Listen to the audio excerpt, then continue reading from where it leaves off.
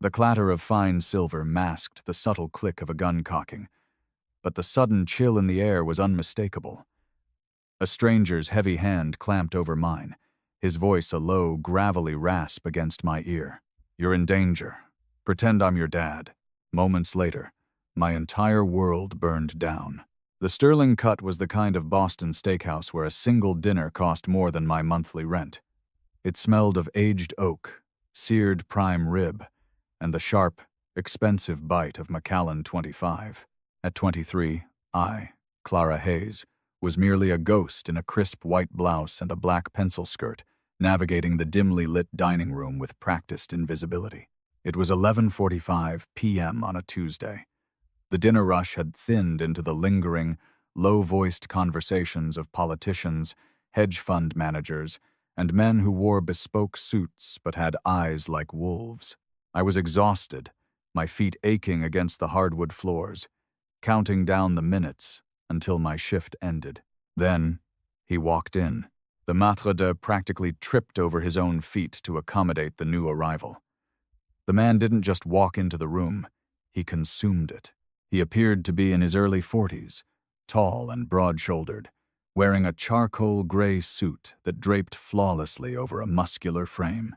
His hair was dark, dusted with silver at the temples, and his face was a portrait of harsh, aristocratic angles, a sharp jaw, a Roman nose, and piercing hazel eyes that swept the room with the cold calculation of a predator assessing its territory. He wasn't alone.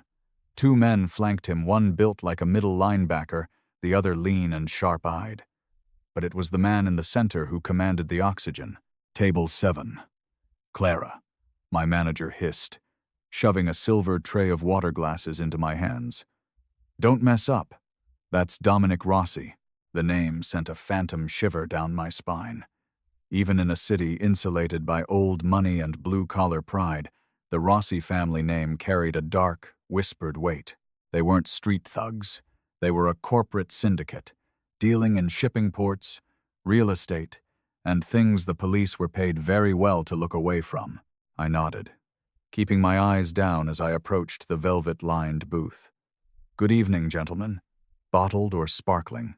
Dominic Rossi didn't look at the glasses. He looked at me.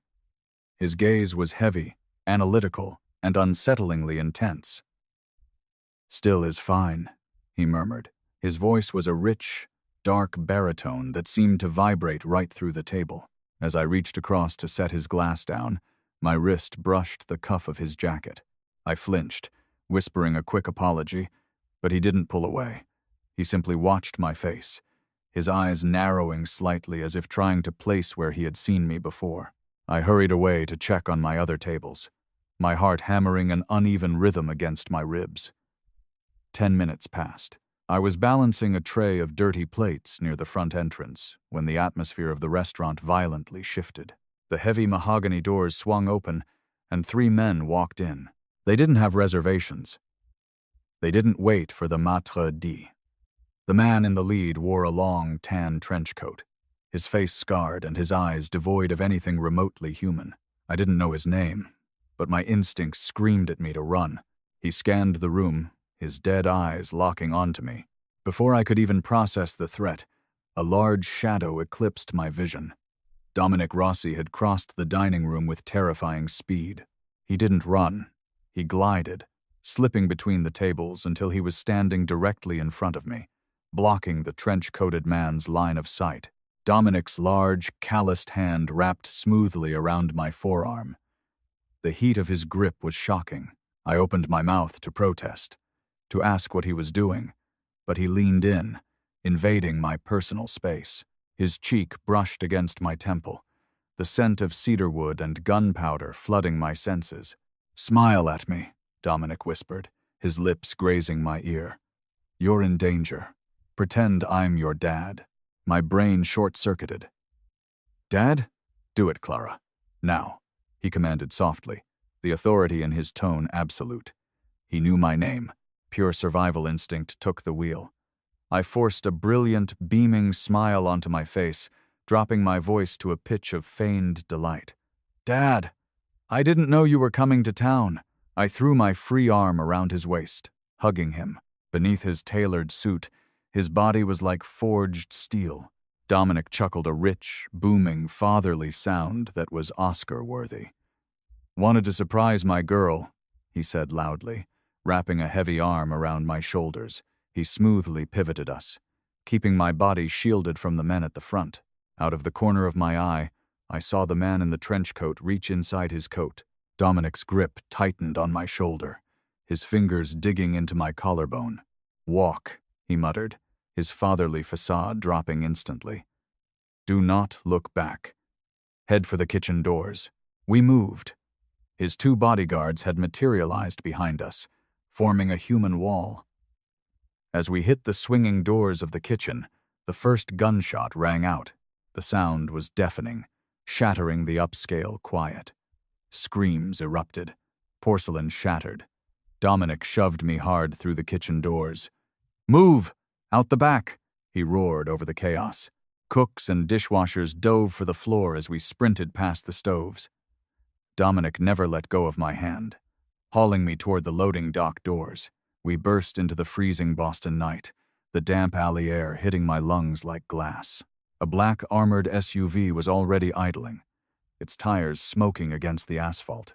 "Get in," Dominic ordered, practically throwing me into the back seat.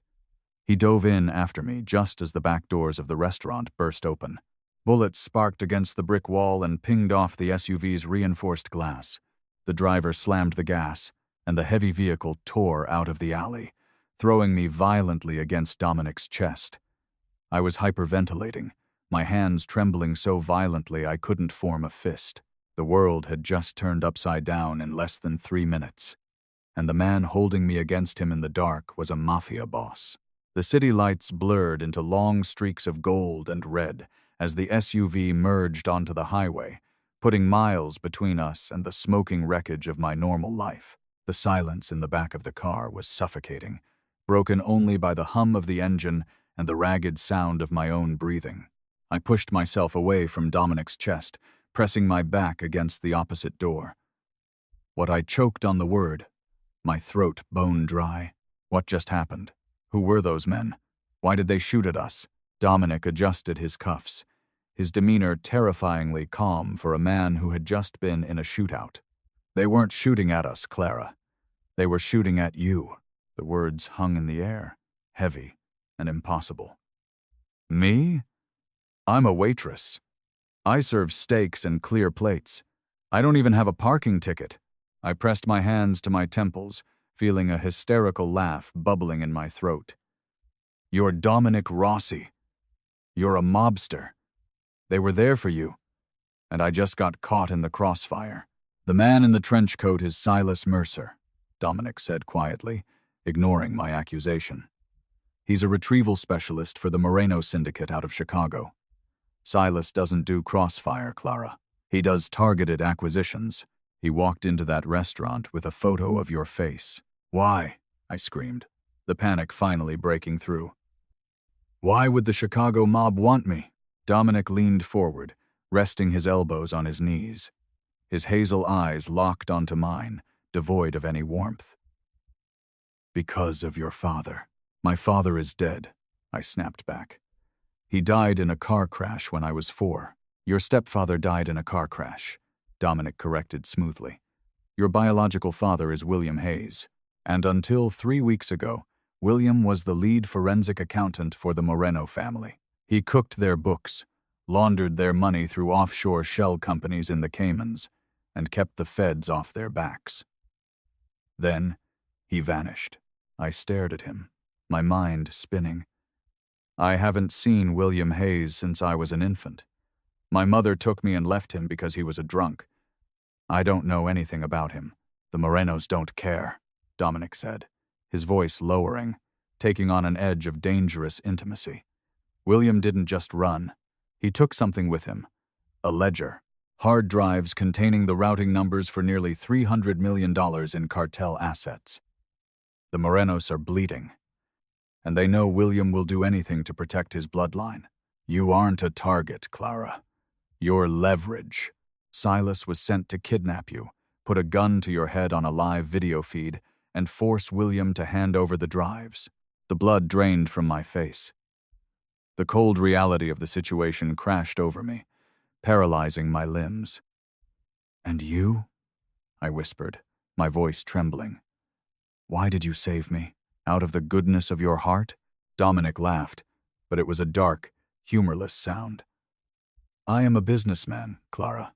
I don't deal in charity. The Morenos are moving into my territory. If they get those drives back, they have the capital to fund a war against my family here in Boston. But if I get William Hayes and those drives, the Morenos fall. I saved you because you are the bait I need to draw your father out before Silas finds him." My stomach dropped into a bottomless pit. I wasn't rescued. I was just traded from one monster to another. "You're kidnapping me. I am keeping you breathing," Dominic replied, leaning back against the leather seat. "There is a distinct difference. If Silas had taken you, you'd be sitting in a soundproof basement missing your fingernails by morning. With me, you will be a guest." "A prisoner," I spat. "A survivor," he countered. The SUV slowed, turning off a rural, unlit road and approaching a massive pair of wrought iron gates. They swung open, revealing a sprawling, modern stone estate hidden deep within the dense woods of Weston. Armed guards patrolled the perimeter, their silhouettes sharp against the floodlights. The car came to a halt. The driver got out and opened my door. I hesitated, looking out at the fortress. It was beautiful, but it was a cage. "Come, Clara," Dominic said, stepping out of the opposite side and walking around to me. He extended a hand. I glared at his hand, then up at his face. "And what if I run?" Dominic stepped closer, completely invading my space once more. The air between us cracked with sudden, undeniable tension. He reached out, not to grab my arm, but to gently tuck a stray lock of hair behind my ear. The touch was completely incongruous with the ruthless man he claimed to be. It was soft, possessive. "If you run, Clara, Silas Mercer will find you," Dominic murmured, his eyes dropping to my lips for a fraction of a second before meeting my gaze. "And if Silas doesn't, I will. Either way, you belong to me until this is over." He pulled his hand back, shrugging off his heavy suit jacket and draping it over my shivering shoulders. The warmth of his body heat enveloped me, smelling of that intoxicating cedarwood. "Let's go inside," he said. Wrapping his jacket tighter around myself, I stepped out into the cold night, following the Mafia boss into his fortress, knowing that the real danger hadn't ended in that restaurant. It had only just begun.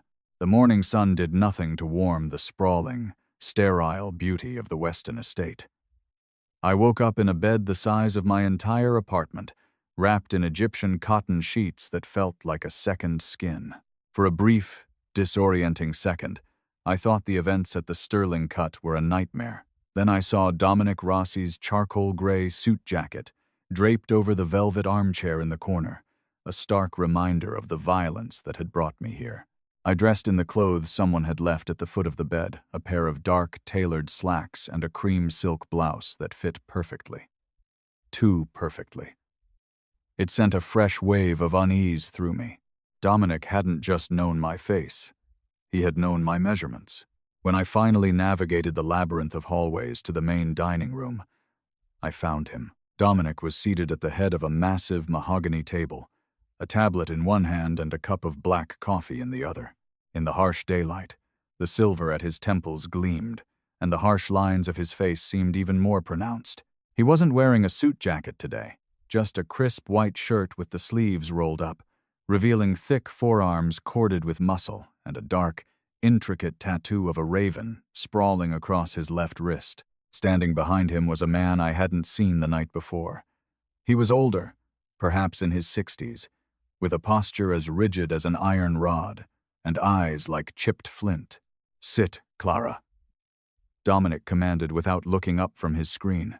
I took the chair furthest from him, my hands folded tightly in my lap. Am I allowed to ask questions, or is my role just to sit here and wait until my biological father decides to care about me?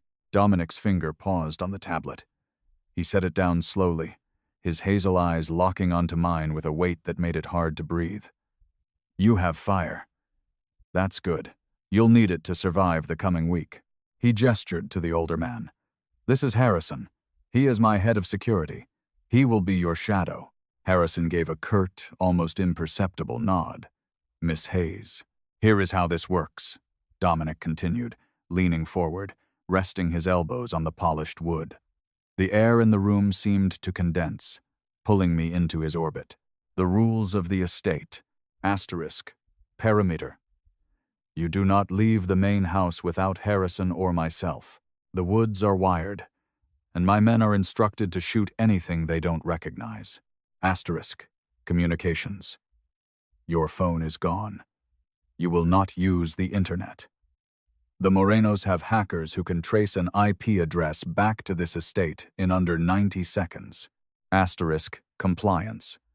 When I tell you to move, you move. If I tell you to hide, you hide. You do not question me when we are in the open, and what happens if I refuse?" I challenged, my voice shaking just enough to betray my bravado. Dominic didn't yell. He didn't slam his fist. He simply stood up, the sheer mass of him casting a shadow over the table. He walked over to me, each step deliberate, until he was standing right beside my chair. He leaned down, placing a hand on the back of my seat, his face inches from mine. "If you refuse, Clara, you won't live long enough to regret it," he whispered, the scent of cedar and dark roast coffee enveloping me. "I am not your captor because I enjoy your company. I am keeping you alive because your pulse is the only leverage I have. Do not mistake my protection for patience." He held my gaze for a long, agonizing moment. My heart hammered against my ribs, caught between terror and a dark, confusing pull towards the man. There was a raw, unfiltered danger to him, but also a strange, heavy anchor of safety. "Eat your breakfast," he finally said, stepping back. "We have a fitting for you this afternoon. Tomorrow night, we are going to a charity gala at the Copley Bastion. It's time to let the Morenos know exactly who has the prize." As he walked out, leaving me alone with Harrison, a young maid in a black uniform hurried in to clear his plates. As she leaned over the table, her hand brushed mine. I almost pulled away, but I felt the distinct shape of something hard and rectangular being pressed into my palm. I froze. The maid didn't look at me, keeping her eyes downcast as she swept out of the room. Beneath the table, my fingers curled around a small, heavy piece of metal. A burner phone. The bathroom attached to my suite had the water running for 20 minutes before I finally gathered the courage to turn the phone on. It was a cheap, disposable model, completely out of place in the marble-lined bathroom. As soon as the screen flickered to life, it buzzed in my hand. One text message. "Clara, it's your father. Reply when you are alone." My breath hitched. William Hayes, the ghost who had abandoned me, the man who had dragged the Chicago mob to my doorstep. My thumbs trembled as I typed back. "I am alone. Who gave you this number?" The phone rang instantly. I answered, pressing it hard against my ear. "Clara!" a voice rasped. It sounded old, tired, and laced with panic. "Thank God. Listen to me. You have to get out of there. Dominic Rossi is going to kill you. You don't get to act like a concerned parent." I hissed, tears of anger and fear pricking my eyes. "You brought the mob to my restaurant. People were shooting at me." I know. And I am so sorry," William pleaded. "But you don't understand who you're dealing with. Rossi isn't just trying to stop the Morenos. He wants the ledger I took because it contains the names of dirty politicians he wants to blackmail to take over the entire East Coast. He's using you as bait to draw me out. The moment I hand over the drives, he will execute us both to tie up loose ends." "And Silas Mercer?" I demanded. "The man who tried to kidnap me? Silas is a monster, yes, but he's a mercenary. I've bought his contract." William lied smoothly, or at least, I prayed he was lying. "I've paid Silas double what the Morenos were paying him. He works for me now. He's going to extract you." "Extract me?"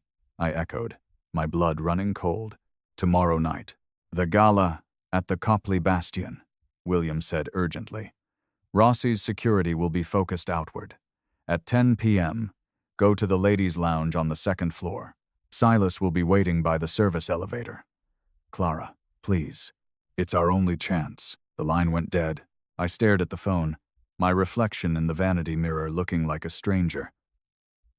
A waitress from Southie, caught in a war between a father she didn't know and a mafia boss who terrified her. The next evening, the tension in the estate was suffocating. The dress Dominic had provided was a breathtaking, floor-length gown of midnight blue silk. It clung to my curves, leaving my back entirely bare. A diamond necklace, heavy and cold, rested against my collarbone. Dominic looked devastating in a bespoke tuxedo. His Sig Sauer P. 226 seamlessly concealed beneath the tailoring. As he helped me into the back of his armored Maybach, his hand lingered on the bare skin of my lower back. The touch sent a jolt of electricity straight to my core. "You look beautiful," he murmured, his voice dropping an octave. "I look like bait," I replied, refusing to look at him. He caught my chin, his fingers firm but surprisingly gentle, forcing me to meet his eyes. "You are safe with me, Clara. I swear it on my life." The conviction in his voice made my chest tighten. I thought about the burner phone hidden in my clutch. Was he lying? Was my father lying? The Copley Bastion was a fortress of Boston's elite, overflowing with champagne, string quartets, and glittering socialites. For 2 hours, Dominic played the perfect escort. He kept a proprietary hand on the small of my back, guiding me through the crowd, introducing me as an associate. His bodyguards, including Harrison, formed a discreet, impenetrable perimeter. At 9:55 p.m., panic began to claw at my throat. I had to make a choice. Trust the devil I knew, or the father I didn't. "I need to use the restroom," I whispered to Dominic. His eyes scanned the room, cold and calculating. He nodded to Harrison. "Harrison will escort you to the door." My heart pounded a frantic rhythm as I climbed the grand staircase to the second floor, Harrison 2 steps behind me. The ladies' lounge was an opulent room of velvet chaises and gilded mirrors. I pushed through the doors, leaving Harrison in the hallway. The room was empty. I walked past the sinks, heading toward the back alcove where the service corridor was located. The heavy oak door was slightly ajar. I checked my watch. 10:01 p.m. I pushed the door open, stepping into the dim, utilitarian hallway. "Hello, Clara," a raspy voice echoed. It wasn't Silas Mercer. It was a man I recognized from the restaurant, one of the thugs who had walked in with Silas. He stepped out from the shadows, raising a suppressed pistol, pointing it directly at my chest. "Your dad sends his regards," the thug sneered. "Turns out, Rossi cares a little too much about you. He won't trade the drives while you're breathing. The Morenos decided a dead daughter is better leverage to break William's spirit." My father hadn't bought Silas's contract. He hadn't sent them to rescue me. My father had set me up. The burner phone was a trap. I backed up, a scream tearing at my throat, but the thug stepped forward, his finger tightening on the trigger. The door behind me violently burst off its hinges. Dominic didn't enter the hallway. He erupted into it like a force of nature. He moved with a terrifying, fluid violence. The thug swung his weapon, but Dominic was already there. He grabbed the man's wrist, snapping it with a sickening crack. The suppressed gun clattered to the floor. Dominic didn't hesitate. He drove his knee into the man's ribs, followed by a brutal, crushing blow to the side of the thug's head that sent him crashing to the concrete floor, unconscious before he landed. I was trembling violently, pressed flat against the wall. Dominic spun toward me, his chest heaving, his tuxedo jacket torn. The calm, composed mafia boss was gone, replaced by something wild and lethal. "Are you hurt?" he demanded, his hands gripping my shoulders, searching my face frantically. He was going to kill me," I sobbed, the adrenaline finally breaking my composure. "My father set me up. He told me to come here." Dominic's expression hardened into absolute fury. He pulled me against his chest, wrapping his arms around me in an iron grip. I buried my face in his shirt, clutching the lapels of his ruined tuxedo. "I told you," Dominic whispered fiercely into my hair. "You belong to me, and I protect what is mine." William Hayes just signed his own death warrant. The air in the service hallway of the Copley Bastion was thick with the smell of cordite and the metallic tang of blood. Dominic didn't give me a chance to process the lifeless thug on the floor. He hauled me to my feet, his hand locking around my wrist with the force of a steel vise. "We are leaving. Now," he growled. We burst through the rear exit stairwell, the heavy fire doors slamming shut behind us, muffling the distant string quartet playing Vivaldi in the ballroom above. We descended into the underground parking garage. Harrison was already there, leaning heavily against the armored Maybach, clutching a bloody wound on his left shoulder. 3 more of Dominic's men were fanned out, Heckler and Koch MP5 submachine guns drawn, scanning the concrete pillars. "Harrison," Dominic barked, his voice echoing in the cavernous space. "I'm fine, boss." "Graze," the older man grunted, his face pale but his eyes sharp. They breached the south perimeter. Mercer's men. They knew exactly where the blind spots were. "Because William told them," I whispered, the crushing weight of my father's betrayal finally sinking in. The burner phone in my clutch felt like a lump of radioactive material. I pulled it out with trembling fingers and shoved it into Dominic's chest. "Take it. He gave me this." He lured me to the hallway. Dominic snatched the cheap plastic device, his jaw ticking furiously. He threw me into the back seat of the Maybach, sliding in right behind me as the driver slammed the gas. The tires shrieked against the polished concrete, launching us out into the cold, rain-slicked streets of Boston. We tore down Starro Drive, the lights of the city blurring into frantic neon streaks reflecting off the Charles River. I huddled in the corner of the leather seat, pulling my torn silk dress around my shoulders. I was shivering, not from the cold, but from the bone-deep shock of realizing my own flesh and blood had sold me to a firing squad. Dominic didn't speak. He pulled out a sleek, encrypted satellite phone and dialed a number. "Leo, I have a burner phone. I need you to rip all the data from it. GPS pings, deleted texts, voice logs, everything. Have the extraction ready by the time we hit the Navy Yard safe house." He hung up and finally turned to me. The raw fury in his hazel eyes had dialed back, replaced by a dark, simmering intensity. He reached across the wide seat, pulling me out of the corner and firmly against his chest. I didn't resist. I buried my face in his ruined tuxedo shirt, listening to the steady, powerful rhythm of his heart. "I will kill him for this," Dominic vowed softly, his hand stroking my hair. It wasn't a threat. It was a promise etched in stone. "William Hayes won't live to see the sunrise." Why did he do it? I sobbed quietly. If the Morenos wanted the ledger, why kill me? Why not just trade me for it? "Because William isn't trying to hide from the Morenos, Clara," Dominic murmured, resting his chin on the top of my head. "If he wanted to hide, he wouldn't have stayed in Chicago's blast radius. He wants to take over. Your father isn't a scared accountant. He's a snake who stole the Moreno Syndicate's entire financial foundation. He hired Silas Mercer to eliminate me, using you as the distraction, so he can step in and take my territory on the East Coast." The realization was a punch to the gut. I wasn't leverage. I was a pawn in a coup. 20 minutes later, the Maybach pulled into an abandoned, rusted warehouse on Pier 4 of the Charlestown Navy Yard. The smell of brine, diesel, and decaying wood filled the air. This wasn't the luxurious Weston estate. This was a war room.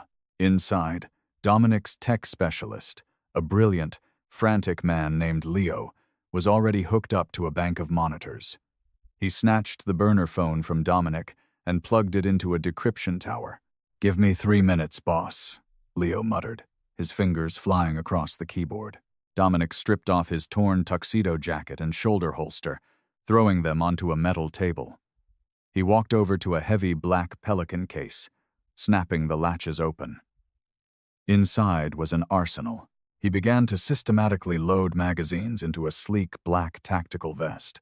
"You're going after him tonight," I said, my voice finally steadying. The tears had stopped.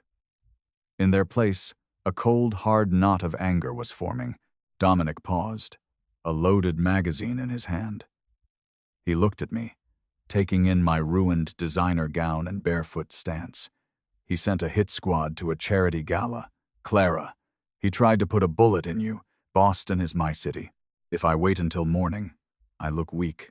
And weakness in my world is fatal." "Got it!" Leo shouted, spinning around in his chair. I pulled the deleted GPS logs from the burner's background data. The phone pinged a location right before it went dark. It's an old shipping freighter docked at the edge of the Mystic River. It's scheduled to be scrapped tomorrow. Dominic racked the slide of his Sig Sauer P-226. That's where he's holding the drives. That's where he's waiting for Silas to call and tell him I'm dead. He turned to Harrison, who was currently getting his shoulder stitched up by a field medic. "Lock her down. Nobody gets in or out of this warehouse until I return." "No," I said, stepping forward. The word felt foreign on my tongue, but it rang clear in the cavernous space. Dominic's eyes narrowed. "Excuse me?" I said no. "You aren't leaving me in a warehouse." I walked right up to him, tilting my head back to meet his furious glare. "He's my father. He used me. He tried to kill me. If you go in there guns blazing, he'll slip away in the chaos. He always slips away." "And what exactly do you propose, Clara?" "You're a waitress, not a soldier." "I'm the bait," I corrected him, my voice devoid of emotion. Silas Mercer was supposed to call him, right? To confirm I was dead or captured. I looked at Leo. "Can you spoof Silas's number? Make it look like he's calling my father from this burner phone?" Leo nodded slowly. "Yeah, I can bounce the signal. Make it look authentic. You call him," I told Dominic. "You tell him you killed Silas. You tell him you have me, and you're willing to trade my life for the ledger and his immediate departure from Boston. He's arrogant. He'll think he can outsmart you at the exchange." It pulls him out of the freighter and into the open. Dominic stared at me, a profound shift occurring in his eyes. The protective, almost fatherly facade he had used at the restaurant was completely gone. He was looking at me as an equal, as a partner. "It's too dangerous," he rasped, though the hesitation in his voice betrayed him.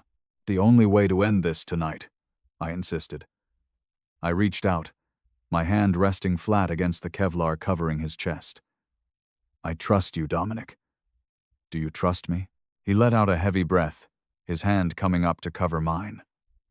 "If a single bullet comes within 10 feet of you, I am burning this entire city to the ground." He looked at Leo. "Make the call." The setup was executed with terrifying precision. An hour later, the rain had turned into a torrential downpour. We stood in the shadow of a rusted gantry crane at the edge of the Mystic River docks. The abandoned freighter loomed in the dark water like a ghost ship. I stood in the open, the cold rain plastering my hair to my face and soaking the ruins of my silk dress. My heart was a jackhammer in my chest. Hidden in the shadows of the shipping containers, 50 yards away, was Dominic, holding a high-powered rifle. Harrison and a dozen of Rossi's best men had formed an invisible perimeter. Headlights cut through the fog. A black SUV rolled down the gravel pier, coming to a halt 20 yards from me. The doors opened. 3 men stepped out.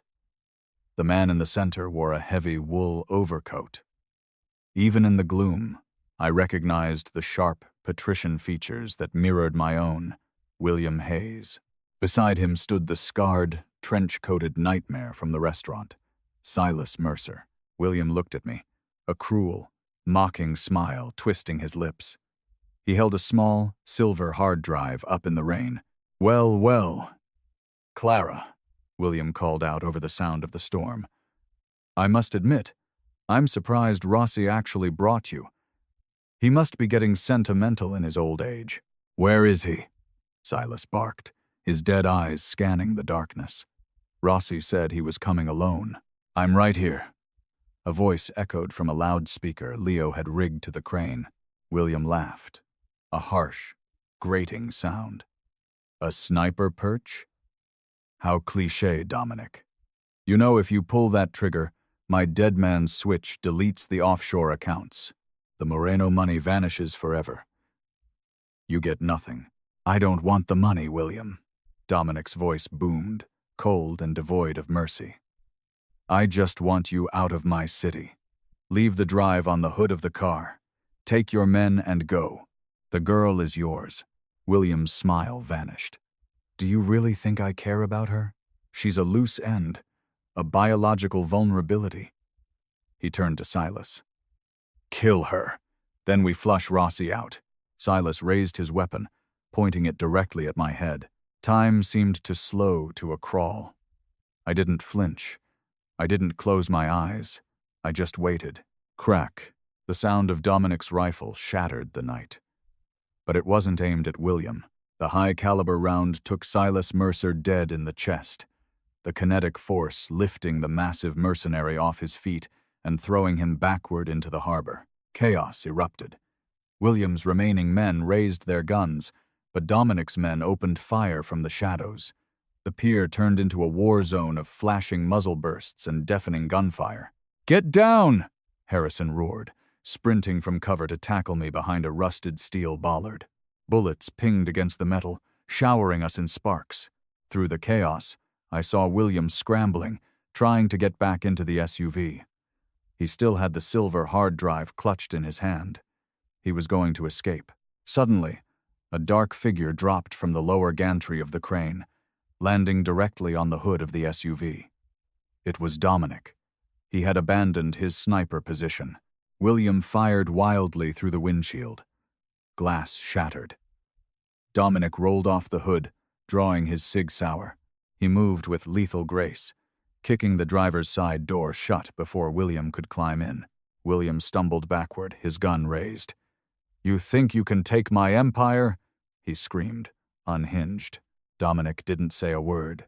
He stepped forward into the rain, absorbing a graze to his left arm without breaking stride, and fired twice. Center mass. William Hayes dropped to his knees, the silver hard drive clattering onto the wet asphalt. He stared up at Dominic, blood bubbling past his lips, before collapsing face first into the puddles. Silence fell over the docks, broken only by the sound of the pouring rain and the distant wail of police sirens. I pushed myself up from the ground, ignoring Harrison's protests. I walked on trembling, bare feet across the wet pavement, stepping over the shattered glass and spent shell casings. Dominic stood over William's body, his chest heaving. Blood was dripping down his left arm, staining his white shirt pink in the rain. He looked up as I approached, his fierce, predatory eyes softening instantly. He bent down, picked up the silver hard drive, and held it out to me. "It's yours," he said quietly. $300 million. The keys to the Moreno Empire. You can disappear, Clara. Anywhere in the world. I'll make sure they never find you. I looked at the small piece of metal. It represented everything that had destroyed my life. The greed, the violence, the ghost of a father who had never loved me. I took the drive from his hand.